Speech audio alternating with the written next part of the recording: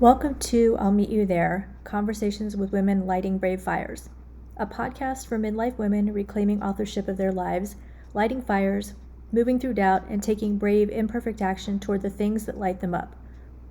For years, I've been quietly having conversations with friends, colleagues, and clients in Zoom rooms, in my local community, and in spaces I've tried to create where women can talk honestly about what keeps them small, what fires they might want to light, and what brave actions they might experiment with next. The word fire starter was popularized by Shannon Watts, and I love it because it captures something I see happening everywhere: women lighting both small and big fires in their lives. This podcast builds on that spirit, amplifying women who are finding their fires or already mid-burn, not finished products, but women in motion. Each week, I sit down with a fellow fire starter, a woman who has stepped outside her comfort zone in big or small ways, to talk about what it really takes to play bigger, the doubt, the pivots, the messy middle, and the brave moves no one sees. I'm Lisa, a national board-certified health and wellness coach and writer, and for years I've been having these conversations quietly with women about self-trust, reinvention, and what happens when we realize we're not done yet. Because here's what I believe. When one woman lights her fire, it gives the rest of us permission to burn brighter, and that's how courage spreads. So go ahead, light something. I'll meet you there. Welcome, everyone, to another episode of I'll Meet You There Conversations with Women Lighting Brave Fires. And I am back with my favorite, Agatha. How are you today, my friend? I'm great, Lisa. I love how you introduce. I am back with my favorite Agatha. And are there other Agathas here? There Or are not. you're my favorite, Lisa. No, you're my favorite, period. Yeah. Welcome, Oh, Agatha. That's yeah. what I have to say. You're not saying you're my favorite Agatha, although I do Yeah. not Yeah. know any other Agathas, but that's okay. Yeah. So you're doing well. Yes. I love being with you. Oh, thank Mm. you. It means the world to me, and I love being with you so much. Mm. So today I had a question before we get to our fast five, which kind of Okay. was, how do we move from the voice that says, I want more, to actually taking action, even when limiting beliefs show up? Because I think a lot of us are struggling with this. I think a lot of people who might be Hmm. listening to this, or the women we're trying to talk to, are either starting to light their fires, figuring out what their fires are, or they're mid burn and they're trying to figure out where Yeah. to go from here. And so taking action, even though we have those voices that tell us, or question why we're doing these things, I think is really important to look at. So I thought we could look Yeah. at that today. I Um, love that topic. Yay. All right. So Yeah. let's start with the fast five. Oh, okay. If you had an inner critic, or if your inner critic had a name, what would it be? Oh, mm, Bob. Why, Bob? Do you know Bobs who are mean? Yeah, sorry to all Bobs. I'm saying this as a joke because every time I order a drink and I'm with my kids and they say what's your name, they say just say your name is Bob. Please don't order pizza. No, your name is Bob, and it's their thing. I don't know why Bob. I think it is Bob is a reference to the Beetlejuice character who has a tiny head. Oh, It could be yes. that. I don't know, but it's a private joke at my house, so I thought it would because you have your inner critic, you have to make it funny so that it's not credible. So mine, from now on, mine is Bob. I love Bob. The head. Now all I can picture is the head in Beetlejuice. That's brilliant. Oh my god. I love it. Oh, I'm gonna go what's with, yours? I think mine would be Cruella. She's just a mean little Wow. bitch. Yeah. She's a Oh mean my little bitch God. that needs to be in her place sometimes. Oh, so true. Although Emma Stone was so compelling. Did you I see? know, I did. She Yeah. was. I know. I know. I Yeah. mean, and there's always a backstory to the Yeah. inner critic, which Yeah. actually makes sense if you think about it, right? Like our Mhm. own inner critic has backstory too. So I'm gonna go with Okay. Cruella. Yeah, I love it. Um, are you I've got this confident, or I hope no one notices I'm winging it? Mm, I've got this. I love you. I I want your I want your confidence, girl. I mean, of course, I have lack of confidence inside, but if I'm the other girl, I don't do it. So I'm moving with Mm. I've got this. I've got this. That's Like, beautiful. so it's again, it doesn't come from 100% confidence. It comes from experience of doing and doing and doing and doing, and then okay, yeah, I've I've done it. I'm able to do it now. So yeah, I love that, but I also think that you're just a naturally upbeat, like, not confident, but, like you said, you can look back at some of your accomplishments and say, "I've done this before. I can do this again." And you're not listening to that inner voice that's like, yeah, yeah, we should be scared. We should be fearful. We should be all these yeah. things." Right? You're more like, let's just push through and do it anyway. Yeah. So I can tell you one thing is that when there's a limiting belief that I usually can't see, it's going to show itself in procrastination. Mm. So I'm going to suddenly be procrastinating on something and finding a million other things to do. And when I tune in and realize, okay, why am I not feeling good? Why am I not doing this? I often feel that, oh shoot, there's a lack of confidence. I feel like yeah, I'm not pushing my scale because there's a fear. So, and I've learned that about myself. What do you do with that once you recognize it? Well, I name it, Oh, you do. and, I name the fear, and then, then I just do. Once it's there, once I know what it is, I can say, "Okay, what am I gonna do about it?" Because Mm. I think that one thing I have, which is not, like, extreme confidence, it's more, decisiveness. Mm. So, I like to take action. So yeah, so I'm not once you yeah. once you recognize what the fear is and you name it, then you know how to take action. You know how to be Yeah, decisive enough to take action, and yeah, then the fear kind of goes away. You've used courage at that point because you've yeah, figured out what you need to do. yeah. That's amazing. Wow. That's amazing. No. Oh. I'm more of a I hope no one notices I'm winging it person. Ah, I mean, I think no one these are notices. yeah. Yeah. I think these are just traits you're kind of born with and you can outgrow them to some extent, but I think a lot of them are just still ingrained in so many of us. It's hard to beat them back sometimes, but Yeah, but look at when you do. Like, this is the yeah. thing where you have to look back and think about, Mhm. okay, I'm just gonna wing it. I'm just gonna do it. And you're doing it and you're amazing and you get great feedback. And so at which point is the confidence gonna like come in? Because people are telling you you're amazing. I don't think I kind of and I hate to say this because I have a friend who's a confidence coach and she is incredible at what she does. I think confidence is irrelevant because like you, I Mm. think it's the doing that matters. You start to develop confidence when you do the thing. Like I had people for years who would say, I would say, I want to write a book. You should do it. I'm like, I'm terrified. I don't want to do it. And they'd say, the only way you're going to get better at doing these things is doing these things. And I never believed them. I thought I needed to know everything Yeah. before I jumped in and did stuff. Well, they were right all along, right? The more you try stuff, Yeah. the more confident you become. But I don't even think you need that word to me is kind of irrelevant. I It like is that. yeah, it's just do the thing, and then you feel the next time you do the thing, it's easier to do the thing, Yeah. you Yeah. know? Yeah. I don't know that we have Okay. to label it confidence. Yeah. Oh my Um, God. The fast five is now the long five into a whole different subject. maybe we should call it something else. Yeah. I'm gonna Yeah. have to come up with some easier fast 5 questions. Yeah. Yeah. Okay, Okay. if your life were a movie right now, what genre are we in? Oh, a musical. I mean, oh Oh, no, you yeah. asked me of my favorite. Yeah, I love musicals. I wanna. I don't know if it would be a musical right now, but I would make it a musical. That's yeah. When I was a little girl, I was dreaming that, people in the subway in Paris would just pop out into songs and, when I would play these things, related to my feelings. So yeah, musical all the Oh way. my god, I love that so much. It's like you're living in La La Land. Like you wanna live in La La Land permanently. I want to live in Glee, La La Land, all of it. What was the Oh, show? Did you ever watch Zoe's Infinite Playlist? Do you remember that one? no. What's that? It wasn't on I- more than a couple years, and it was a dramedy, but they would just sporadically break out in song. It was a beautiful show.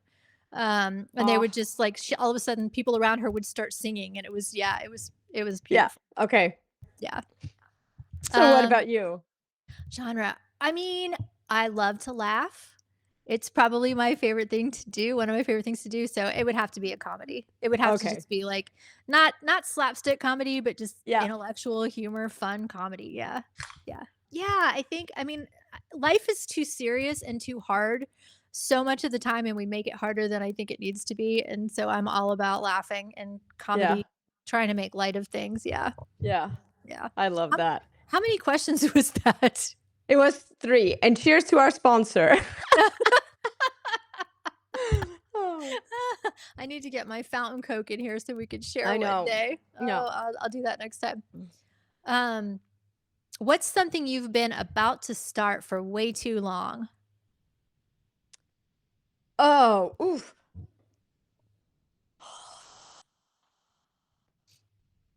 Hold on. I think I have something like on the tip of my tongue. About to start for way too long. I w- dance lessons with my husband. Ah, love it. So yeah, we always talked about doing tango and something, and yeah, so it always comes up, and we haven't started. So I'm gonna go with that. I was gonna say the exact same thing. I know, I've been dying to, not with my husband because he won't do it, but I have been dying to do dance lessons forever. I wanna do tap and jazz and hip hop Yeah, what do you call it? Contemporary. I wanna do all of yeah, it.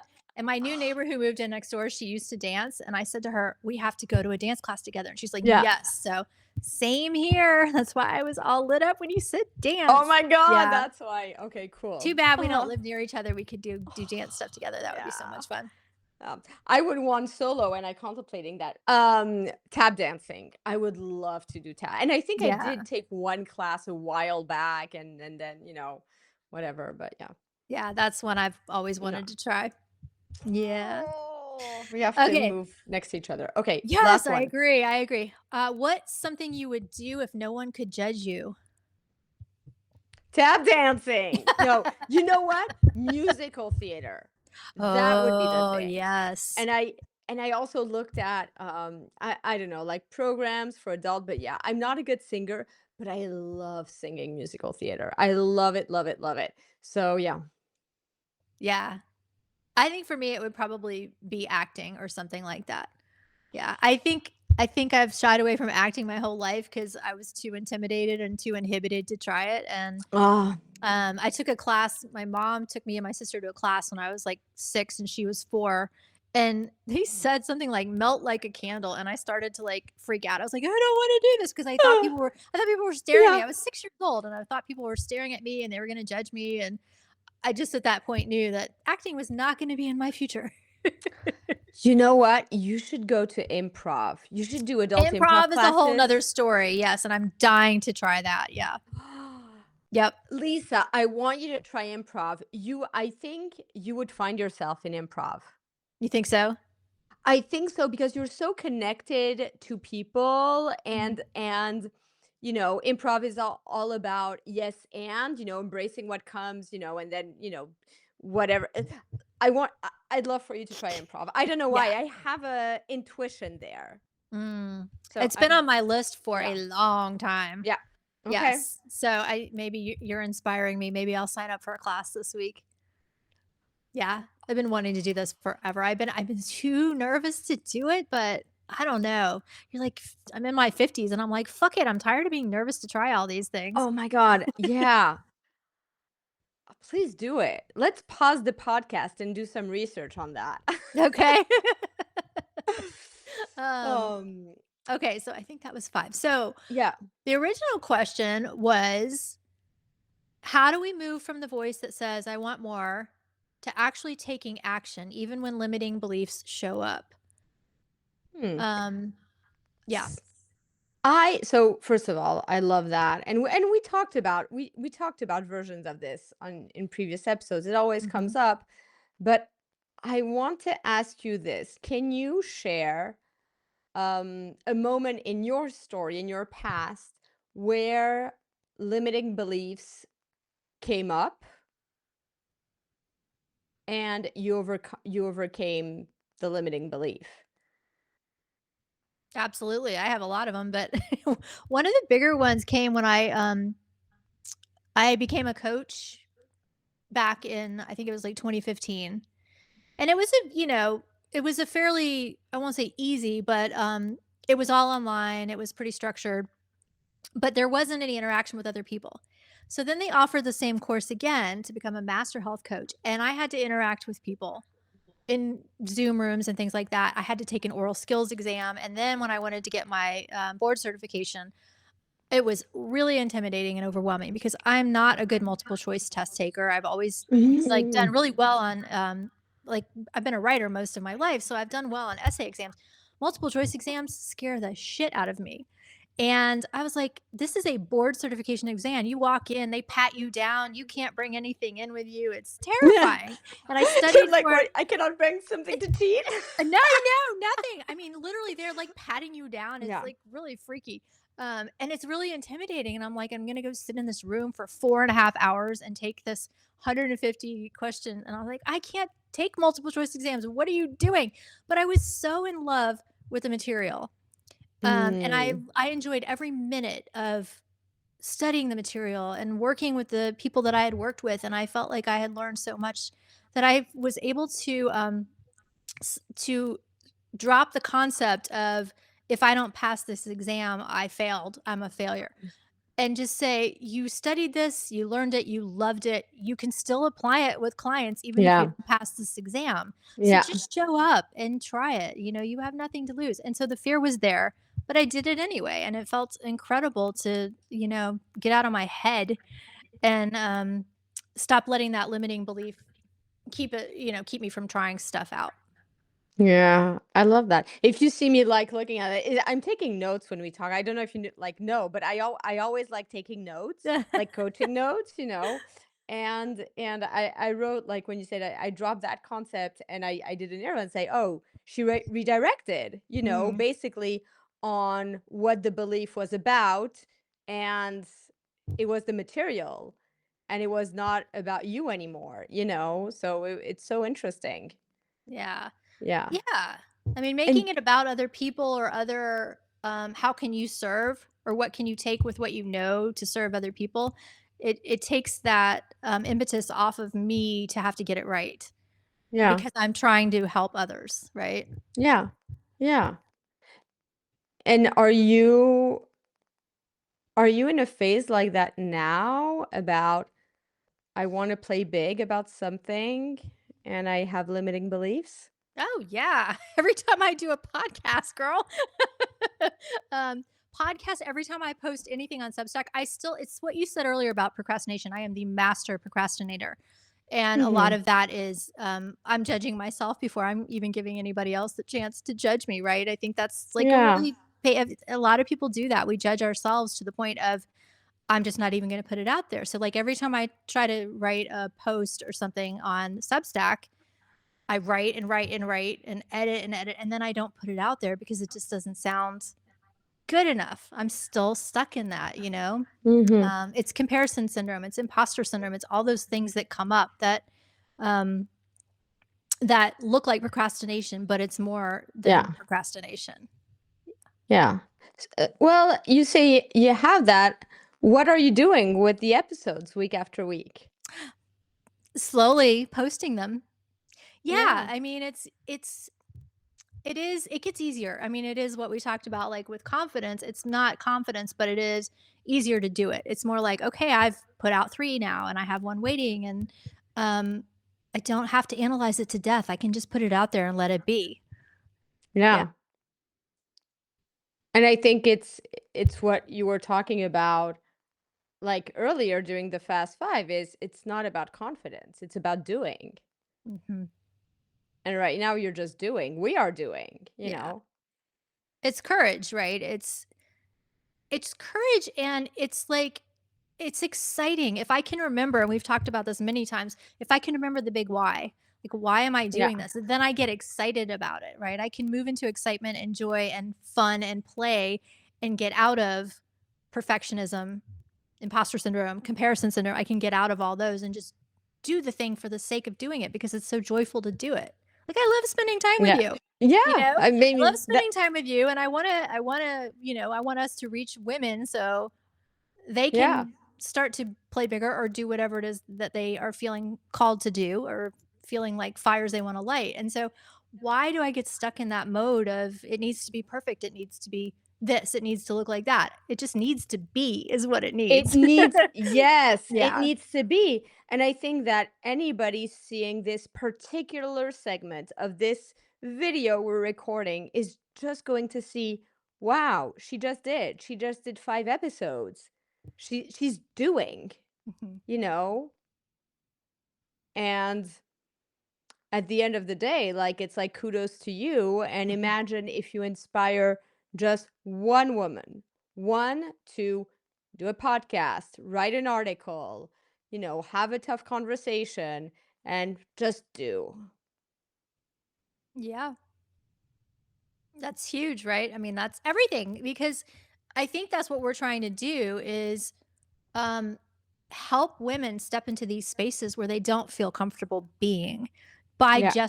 just doing and seeing what it feels like and then pivoting if you want to pivot. If you find out it's not what you thought it was, you can try something else. There's nobody stopping Yeah. you, right? Yeah.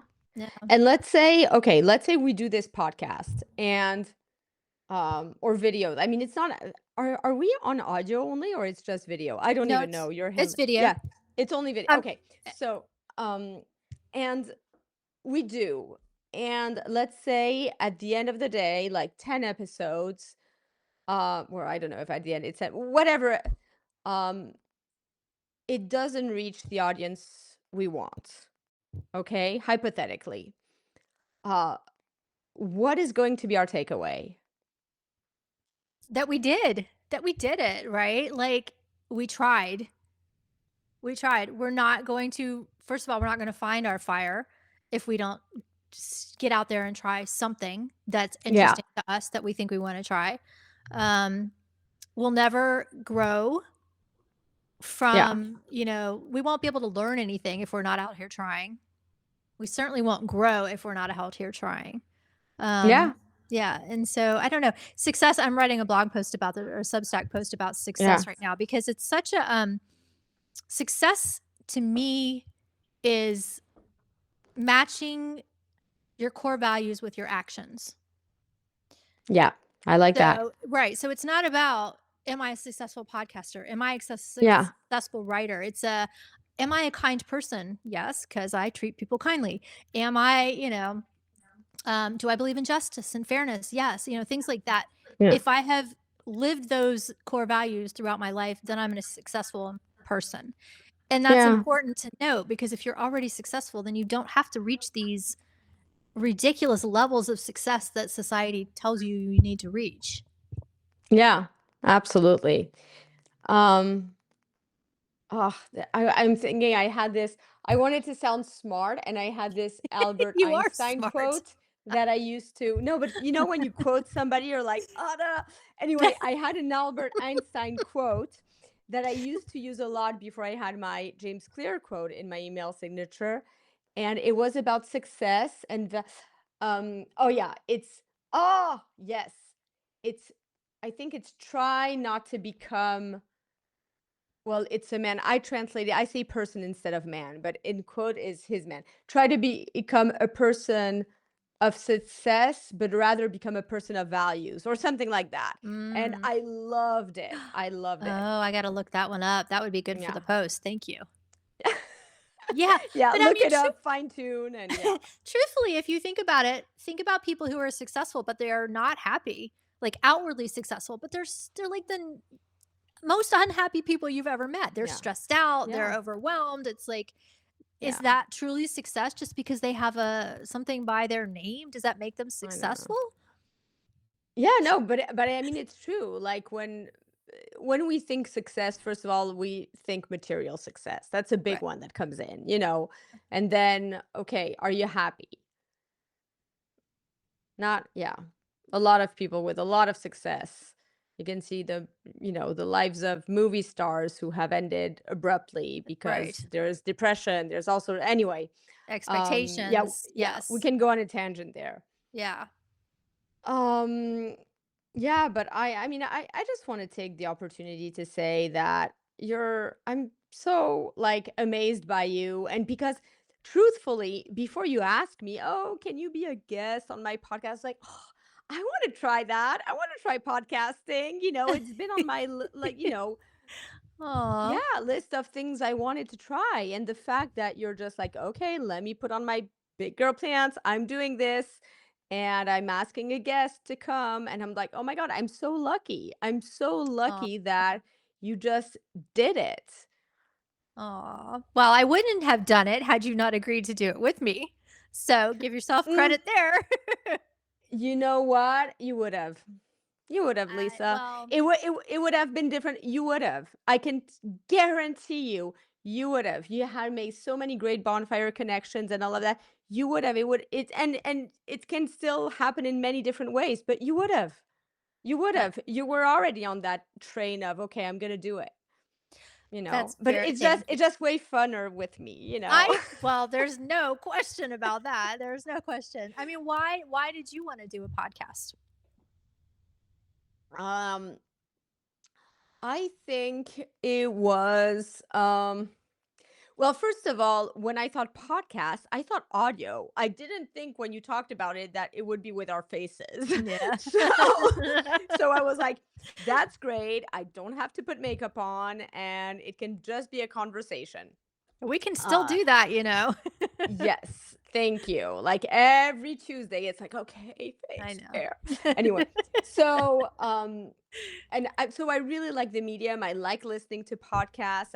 Some of my now podcasts have replaced like a good show. Like sometimes I have my favorite Mm, episodes that are really funny and I'm going to say, "Hey, I'm going to put this episode because this episode puts me in a good mood." Anyway, so love for the medium. And then I love conversation. yeah.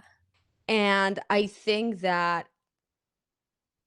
my thoughts about podcasting was it would be so much easier instead of putting your thought leadership into an article or into Mhm. a video.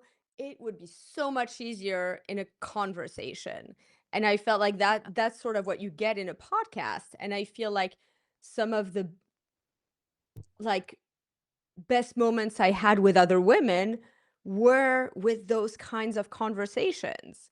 So one on one, talking about the hard shit, also laughing about, who we are, what we do. And yeah, so that yeah, it was a no-brainer when you asked. I was so happy. Oh, I was thrilled when you said yes. Are you kidding? I Oh, think and I think for me, one of the reasons I chose podcasts because I was like, there's so many podcasts out there. You don't want to be another voice in a podcast. But um, I think for me, part of it was first of all, I've been having these conversations with women for years without the microphone turned on. And I thought it's yeah. time to turn the microphone Yeah. on so women can hear what other conversations like this sound like. But another one for me was um, I am so uncomfortable playing bigger like this that I thought it was the perfect venue to play Mm, bigger. You know what I mean? Like when you're yes. that scared of doing something like this, Yeah. it I wanted it to be an example for other women to say, wow, if she can somebody who's that much of an introvert and Yeah. I'm not going to say shy because I'm definitely not shy, but quieter person who doesn't have a whole lot of confidence. Um, I thought it was kind of like it was like if I can do this, you can do this too. It was like walking the walk, right? Yeah. Yeah. Yeah. And that's exactly what we're doing. So Yeah. pretty cool. Yeah. All right. So now it's your turn. Because we talked a Ooh. little bit about this concept of playing big. And I just want to say, um, because Tara Moore's book, this one, Yeah. if you can see it, was a game changer for me.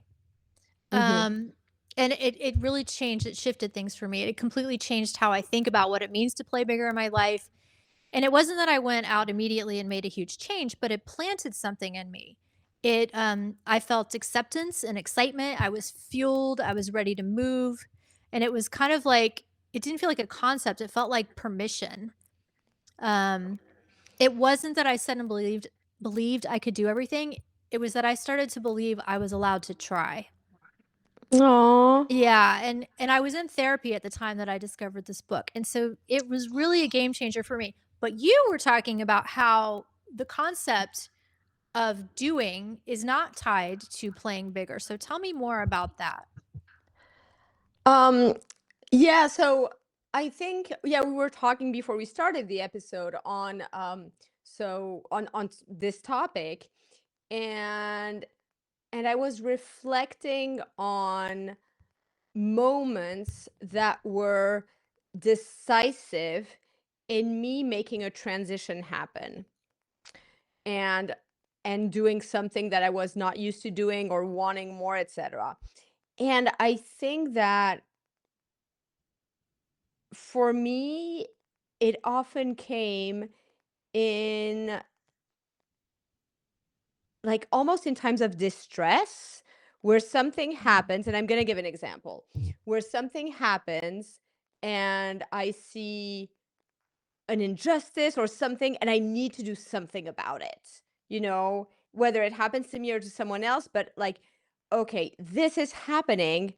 I'm going to be decisive. I'm going to take action, and it's fueled by um just big emotions, whether it's anger or I don't know, it's fueled by something big. So one example is like, um so I used to live in a building that was owned by a corporate landlord, and I saw a lot of injustices happening in that building, and things happened that led me to organize tenants in my building. And just because I was like, okay, if things happen to me, I know that I have the fire in me to fight back, but a lot of people don't have that. So I'm going to try to educate people, organize people, support people. And because of the battle, that David versus Goliath. So it really came from, I wanted to tattoo myself a phoenix, like, because it's like the rising from the Ashes, ashes. yes. Yeah, one of those moments where, like, oh, this is ugly and sad, and why me, why us, why women, why, that is like, ugh, let's do this. And so Mm. when I start something, pushed by inner voice or fire or whatever, I often don't think. And I often like think that I'm going to do way bigger than what I'm actually going to do at the end of the day, but I'm into action. So it starts with that, like, catapult push, and then, like, I don't know where I'm going to land, but I'm just doing, you know. I love it. So, You're a and yeah. revolutionary. I You mean, are. I think it goes back to, for me, the skill I have, I think, is the ability to listen at what's inside. And I'm really attuned to my inner voice and what it says to me.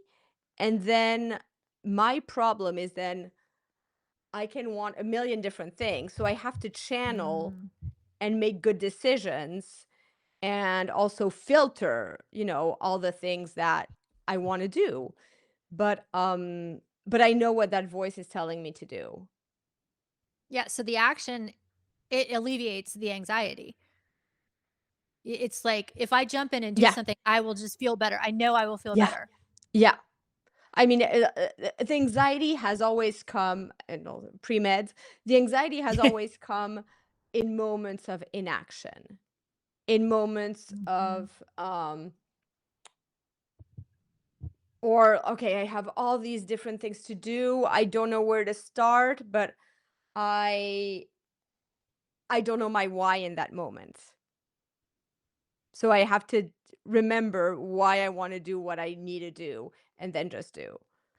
You raise an amazing point though, right? About inaction leaves us feeling worse than action probably would, right? Yes, but I don't think we Yep. recognize it because all those limiting beliefs get stuck in our head like, well, it's overwhelming, I can't do this, whatever. But we don't recognize that when we take action, we already start to feel better just because we've done something. Yeah. Yeah. Yeah. Yeah, that's huge. And I love that. What I think it sounds like is that you have a lot of self-trust, which I would love for you to explain how you came to have that and how some of us could gather more of that. But um where was I going to go with that? You start with the self-trust and you recognize that when you're feeling that malaise or whatever the word is for it, that's telling you that taking action would be a lot it would feel a lot better than just sitting here, Yeah. feeling this way. Yeah. Yeah. So you're right. And there's something that I want to bring to the conversation because I am faced constantly with things that are really hard and bring me that, doubt. So I have an example right now and I'll share it with you. So like right now for my organization, Rise and Lead Moms, yay. Yay. Um so we just, I got and I shared that with you. I have the 501c3 status of my nonprofit. Yay. Yay. Congratulations. So cool. Uh, and I'm in this phase where I developed the one-on-one coaching program, and I'm trying to build a platform, and I have zero money. I have to start fundraising, so I'm just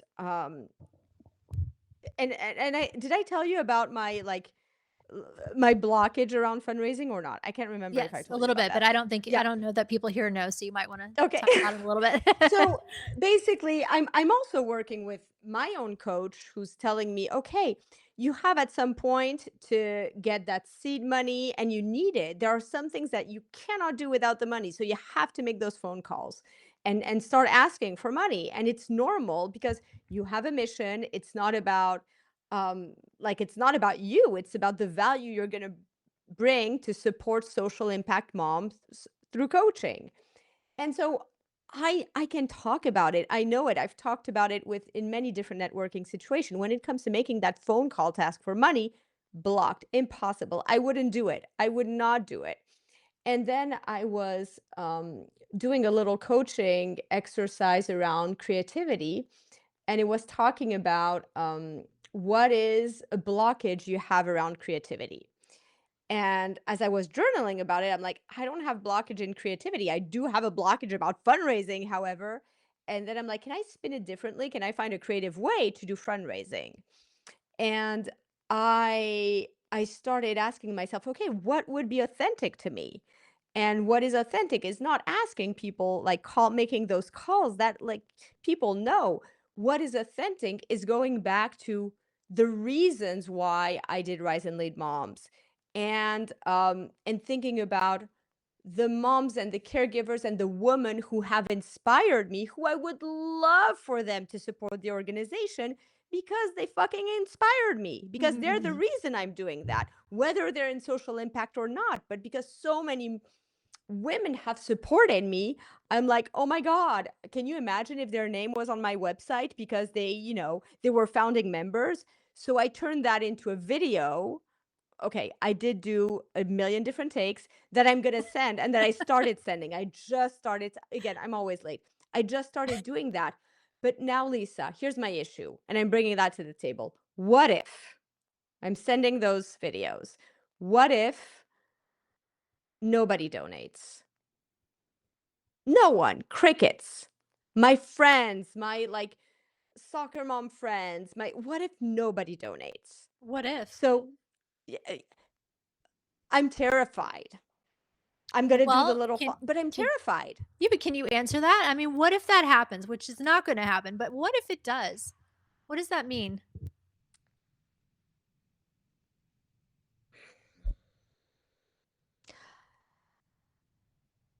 In my mind, here's what I would want. And I'm not answering the question because I receive that. If I receive a video like the video I send and I'm gonna send like a gazillion of them, well, not a gazillion because it's only to the people I know. If you're privileged if you receive that, okay? Don't think I'm doing that to everybody. Um, if I send it, I would want acknowledgement. At the end of the day, if somebody chooses to not donate, it's fine. I Mhm. understand. Like, not everybody can donate money. Totally fair. That no pressure at all. But I'm like, did you see it? Can you encourage me? Can you share on social? Can you do something? Because it's a lot of hard work. So I think that's what I want. I just want it to It's be more it's received. right. Well, it's more about, do I know that I have people who will support me as I do this? Right? And Yeah. that's what will show you that, people do support you. And so let's think about that for a minute. You've already talked about all these amazing women who have supported you and helped you get here. So Yeah. why do you think that, or, what makes you think that they wouldn't continue to support you? I, I, I don't because I think, maybe they're gonna be, oh, I just donated $200 to my friend's cause. I cannot do that. I have to make a choice, or there's, I don't know. And yet Yeah, there are other ways they can support you. You just said, if yeah, you believe in me, you can post on your social media. You can get the word out, and it doesn't necessarily have to be about them giving you $200, yeah, right? It could yeah, be like you said, it would mean as much or more if they continued to show support by getting the word out for you and telling people yeah, how amazing you are. And you have to support my friend Agatha. She's doing this incredible work. And that would feel yeah. as good as, I would guess, as good as fundraising to you. Oh, for sure. For sure. And I Yeah. think that's, at the end of the day, that's what my follow-up is going to be if I don't hear back. And it can be from a place of discomfort. Like, it's hard to say no to a friend, so maybe sometimes it's easier to ignore a fundraising message than to say no. But maybe I follow up saying, just wanted to make sure you saw this. It's important to me. And if you can donate, no pressure at all. Here's how you can support. There you go, right? I mean, maybe if you let them know, I understand you might not be able to financially support me. And Yeah. if you can help get the word out, that would mean just as much to me. Yeah. I'm writing it down. What are you writing down? That sentence, like Mm. I just as a follow-up, because uh, you know, I want them to know what's really important at the end of the day. So anyway, this is hard. It's hard. What do you think is the block or the limiting belief around fundraising? I mean, it's pretty standard, I think, for women in particular to feel icky about asking for money. Like, I don't know too many men that would feel Yeah. like that. Yeah. If Oh, they had yeah. this thing that they put out there, they would probably go tell everybody, you need to give me money. So what is it about it?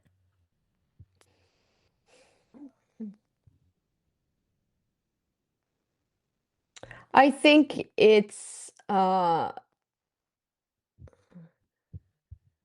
I think we always have a hard time seeing the value we bring, Mm. because we always want to be more. We always want to be more accomplished, have more credentials, and have, okay, who am I compared to so and so? It's like the comparison thing you were talking about. So yeah, so I think it's that. And um yeah, and also because women are perceived as nurturers, so why don't you do it for free?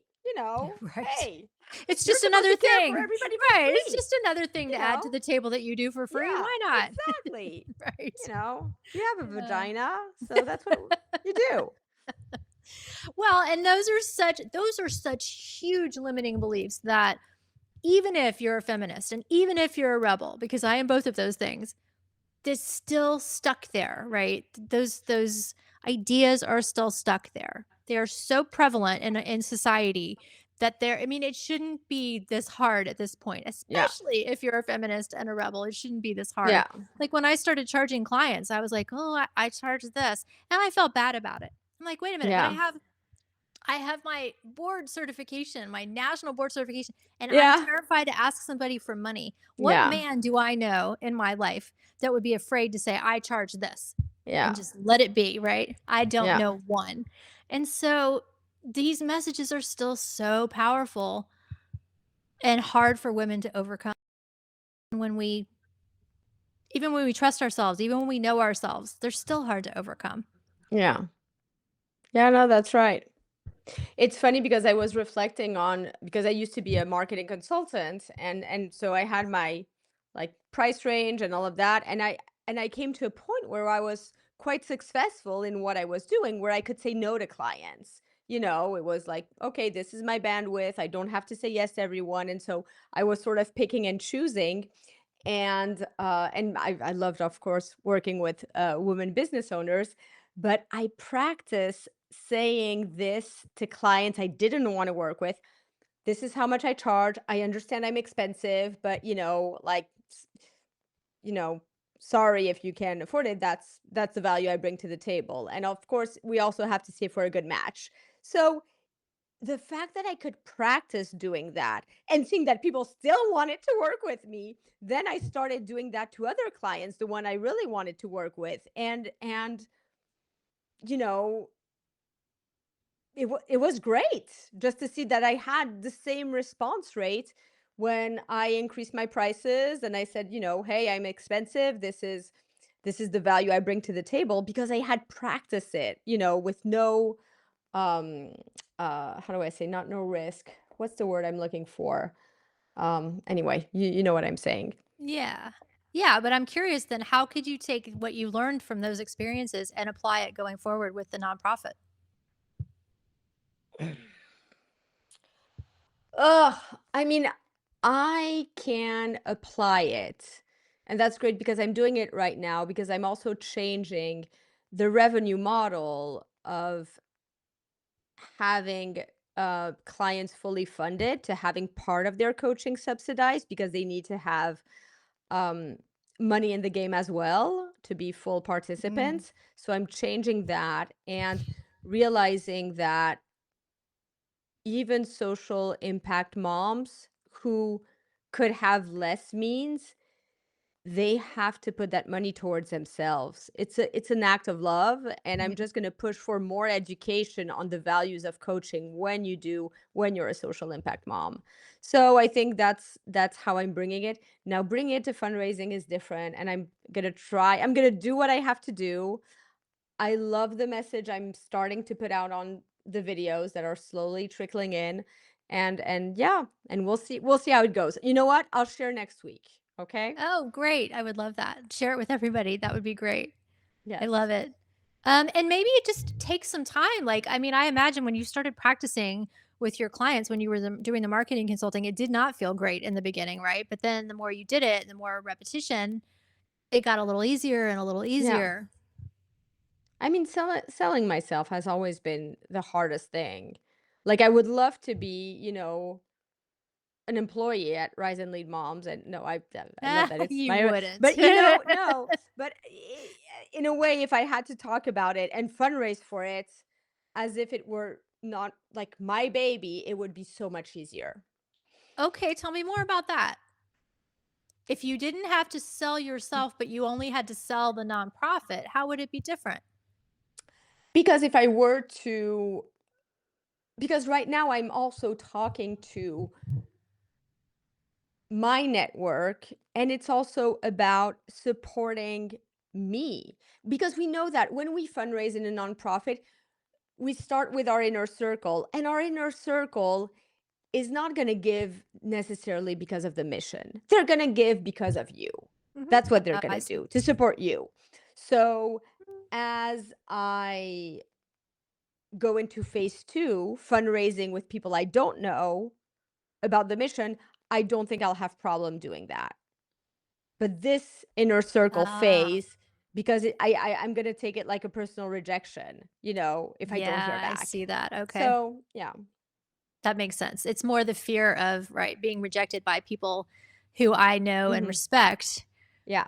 And once you go out and you start talking to people that you don't even know, it's a lot less, there's not as much expectation. There's not as Yeah. much fear that they're going to judge you because you don't know them. They're just kind of Yeah. faceless.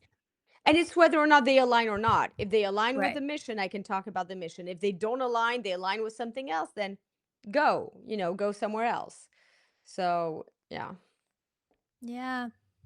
But Anyway, that But thank but you, you because I mean, yeah, but I have yeah. to say, because I think that what you've done, like using creativity, is such a beautiful way to feel good about getting your message out to the people that you already know love and respect you. Yeah. Because you're sending that love and respect back to them. So it's not Yeah. going to feel icky. It's going to feel like this mutual love fest, this mutual Yeah. admiration, right? Yeah, I think so. Well, you're next on my list to get the video. You'll tell me, Lisa. Well, I am You'll tell me most how it feels. I am most certainly not going to reject you, and I cannot wait to see this video. I will Yeah. do everything I can to Oh support you, my dear. You're worth my God. every penny and more. Oh my God. I mean, I think at the end of the day, I think we're both like doing things that are really challenging for us. And I think that's something that, you know, we should celebrate. Yeah. Yeah, I was reading, I can't remember what it was, but it was some kind of quote about like taking a look at so many of us have lives that are so wonderful, and we forget to look at that and Mm, say, God, like I don't know what it is. We're scared. Maybe we're waiting for the shoe to drop. I don't know what it is, but sometimes it can feel scary to say, things are really good. Not that they couldn't always mm, be, not that they couldn't always be a little better, not that you can't always grow, but yeah, to also allow space to say things are great too.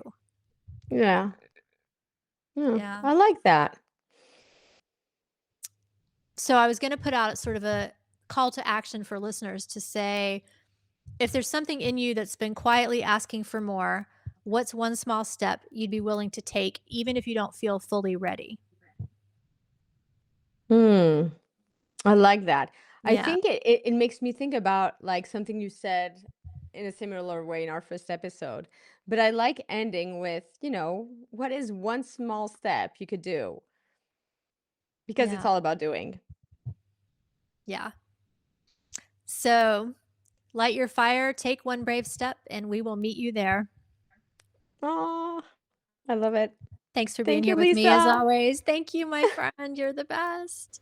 I will see you next time. And if anybody is watching this and has questions that they want to pose for us, or feedback or anything, we would love to hear it. Yes. If anybody is watching this, tell us. We Yeah, would love to know. we would. And maybe we should think about doing a Substack live at one point. If we get enough people who might be interested in coming on live and having like this kind of discussion with us, I think that might be fun. I don't know how you I feel mean, about it, but yeah, let's try it. Let's just try it. And even if nobody tunes in, we'll see. I don't know. Maybe somebody will see there's something live going on. Let me chime in. yeah. I don't know. We'll Yeah, see. well, like give us feedback if you'd be willing to show up. We would love to hear what you have to say. All right. I hope you have a great week, and we will come up with some more interesting topics for the next time. So great to see Bye. you. So great Bye. to see you too. Bye.